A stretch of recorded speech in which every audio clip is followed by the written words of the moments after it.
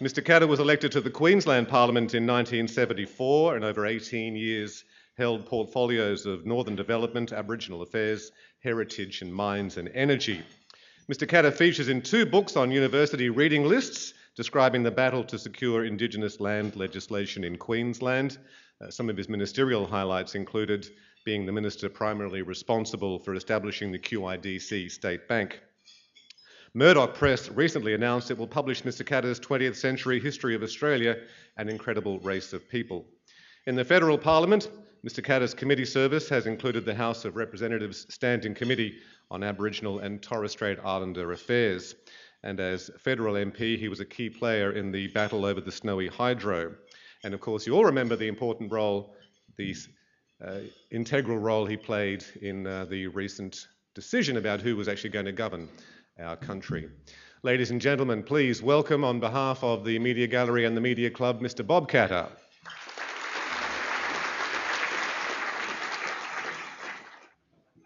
But it tells you that this time last century,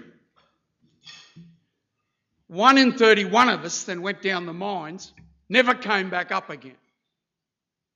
It tells you that 1 in 31 of us that went down the mines, and this was a mining country.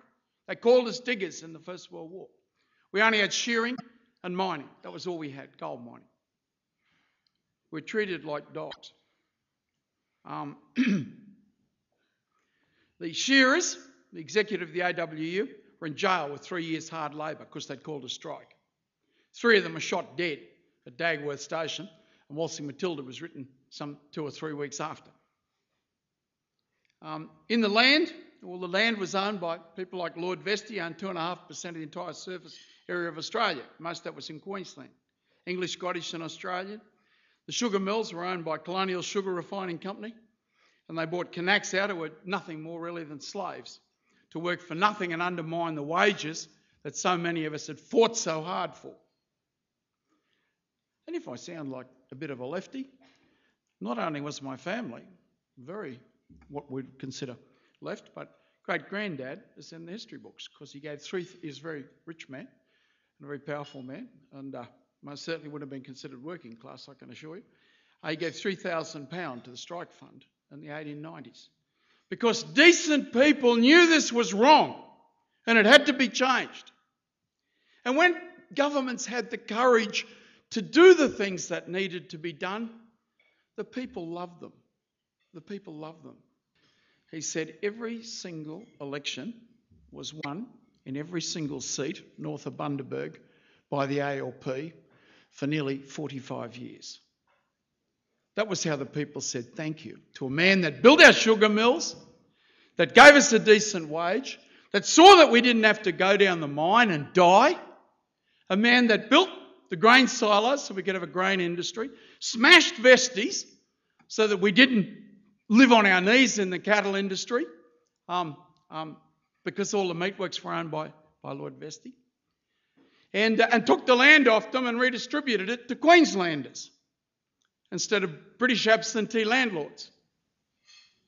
Now you can compare each of those issues with the performance of the governments today. One mob deregulated the labour market, so we get back to the old days of working for nothing. Another mob actually closed all the abattoirs that were opened by Theodore and gave a $30 million golden handshake to a big foreign corporation to build a wonderful big abattoirs so that they could return us to the bad old days.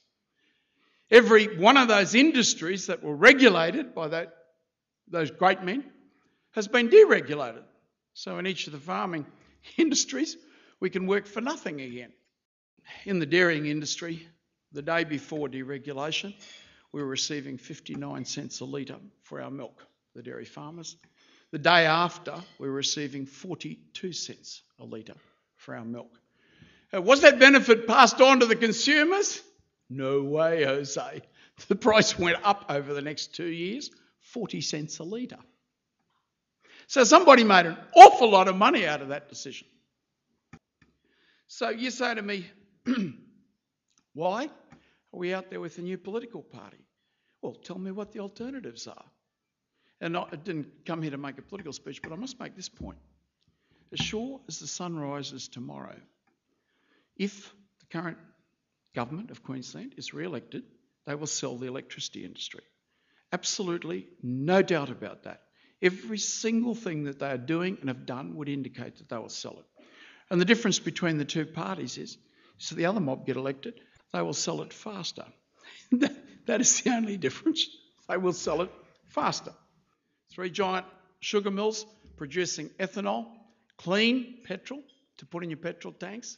Clean petrol that in Brazil, they fill up their tanks for 74 cents a litre. In the United States, the biggest ethanol producer in the world now, they fill up their tanks for 84 cents a litre. And when I come back to Australia, only time I've ever been over there, just went over to have my photograph taken, filling up a Holden motor car with 74 cents a litre petrol called ethanol in Sao Paulo in Brazil. And I come back to Australia, where I filled up my car for 139 cents a litre.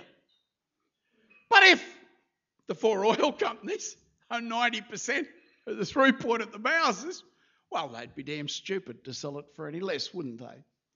But if there is ethanol out there and our cars can take it, then we can say, to the valley, Mr. Shell or Mr. BP or whatever, to the valley, because we're going to go and fill it up with this thing called ethanol.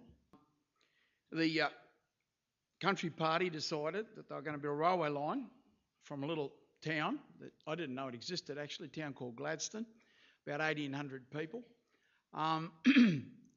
And they're going to build it to a siding called Blackwater, which was a railway siding, had no people living there at all. And so I said to Ron Cam, the minister, I said, now Cammy, let me get this right. We're building this railway line from nowhere to nowhere. Yep.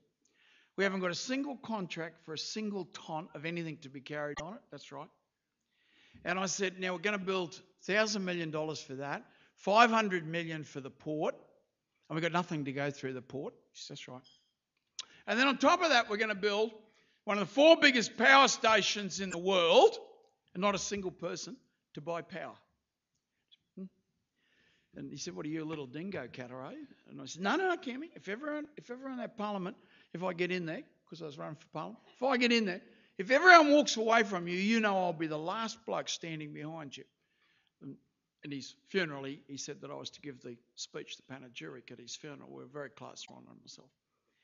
So he said, look, if we build a power station, the aluminium will come. He said, if we build a railway line, the coal will flow. And I said, yeah, it'd be nice if they sent us a letter and said that they're going to do it. That would be sort of nice. Well, I think within 10 years, the line cost about $700 or $800 million, and we were making $800 million a year profit off that line. And those men, Bajocki Peterson and Ron Cam, had created Australia's greatest industry. It was to carry this nation for the next 30, 40, 50 years on its back. This nation was going to be carried in the coal truck. And who do we thank? We think, they call them visionaries. They weren't visionaries. They were just ordinary knockabout sort of blokes. Cammy had been a cane cutter in his younger days. Joe had been a missionary and then lived in a shed for about 5 or 6 years of his life driving a tractor. He was a contractor, not a farmer. And they were just ordinary people. But it was fairly simple to realise that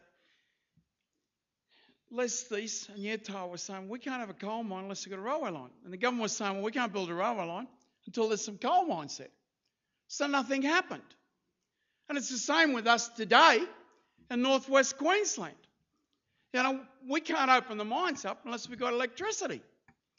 And people say, oh, well, we're not going to give you electricity unless the mines are there. And someone has got to break the chicken and the egg situation. And that is what is called developmentalism.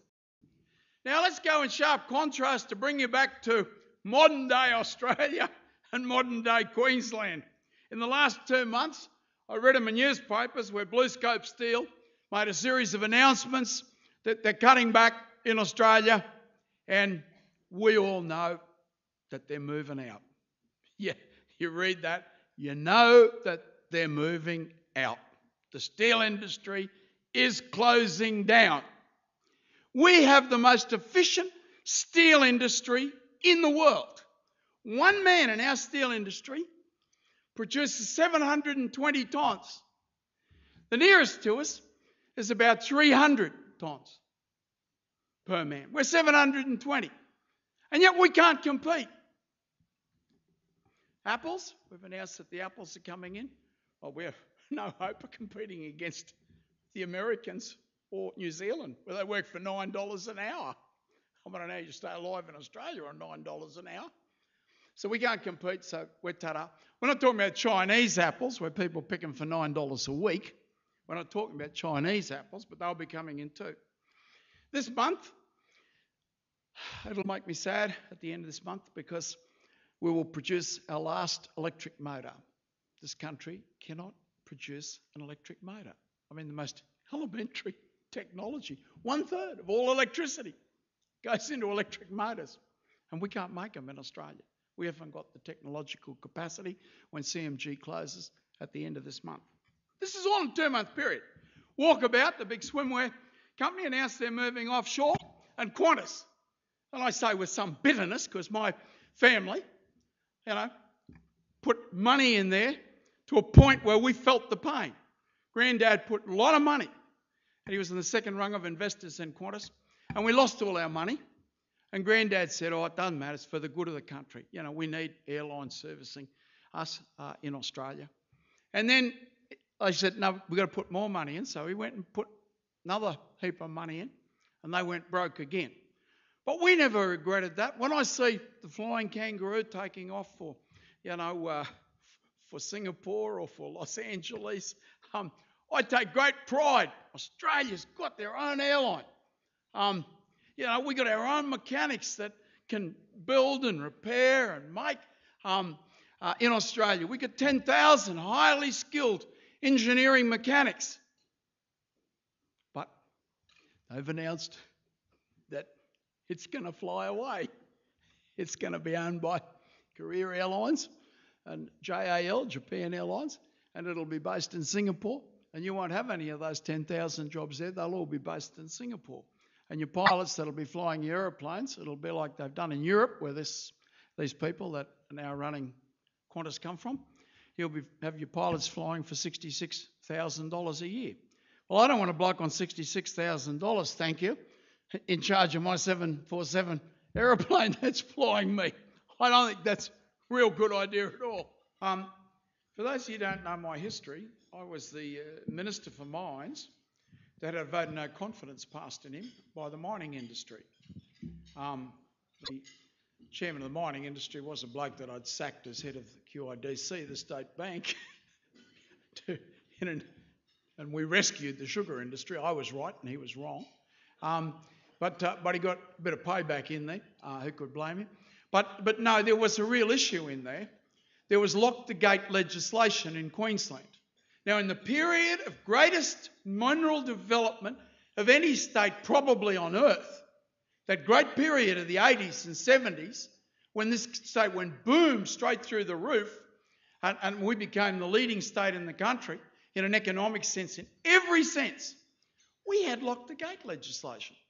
Now, what the lock the gate legislation is, I mean, believe me, ever since the Phoenicians invented money, the gate will not stay locked so long as there's enough moolah to be played. And it was really about how much money the mining companies were going to pay, or whether the mining companies were able to just walk all over the top of every landholder. And I'm not thinking in terms of farmers here. That Oakey business is suburbia and outer suburbia. I mean, I've got a good friend there, and I leave you with this thought.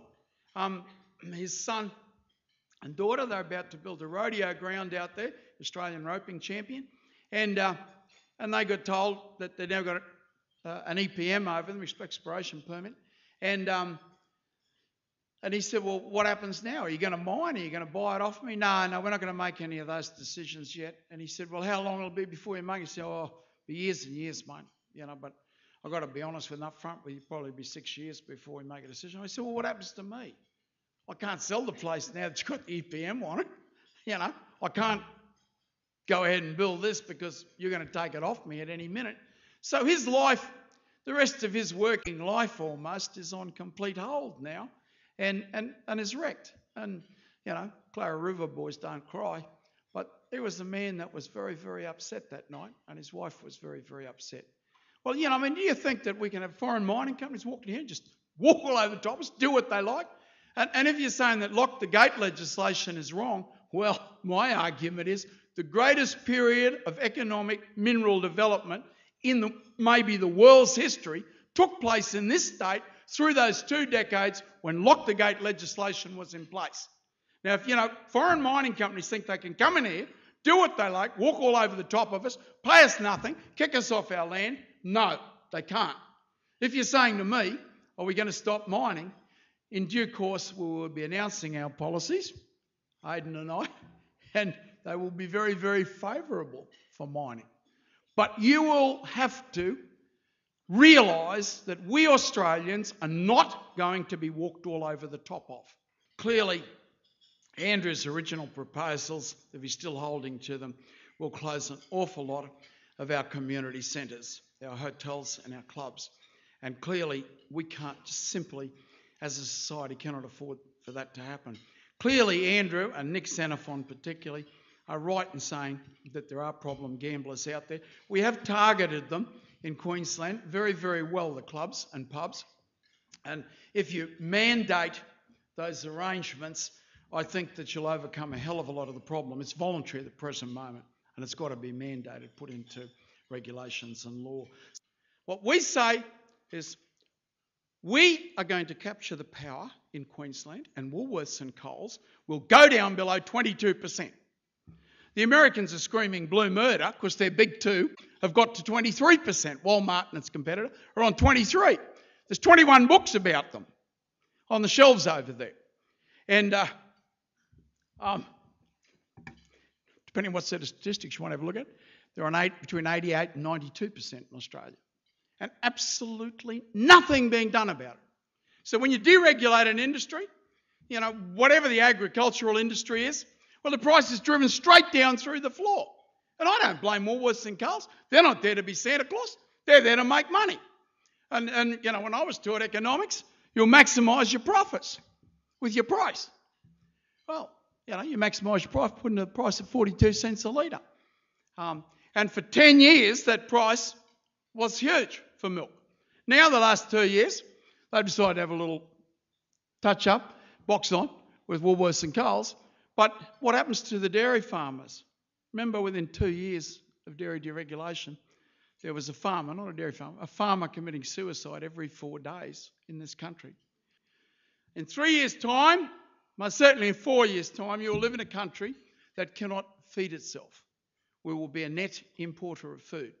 The Fin Review claims that we're a net importer of food now, but I didn't like their definition, so I'll say within 4 years. A year. A little tiny bit of that and turn it back and put it on that magnificent black soil rolling plains of inland Queensland. Cut down the prickly trees and get rid of them and start feeding the world. We can't do a huge area, we can't do a little tiny area. But that little tiny area would be worth 10,000 million a year to the Australian economy. We should be the leading prawn farming producing country in the world. And one of my friends here from China, they are murdering us. They're producing 300 times the prawns that we're producing because our industry has been closed down by the greenies and the environmental movement. High-speed spoke roads out from Brisbane, which will enable people to live 40, 50 kilometres away, and some developers are here today, God bless you. We're right behind you.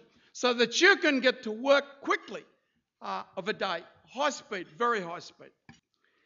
I once had a dream of my country so grand, where rivers out back irrigated the land, with dams and canals in that wasteland out there, and big inland cities with work everywhere. But then I woke from dreaming to reality. Australia's wealth, it goes over the sea. Well, you know, there's only been one poll out that includes us, and we are leading in that poll. And if you think that poll is false, then I don't say this by way of self-promotion, but walk down the street with me.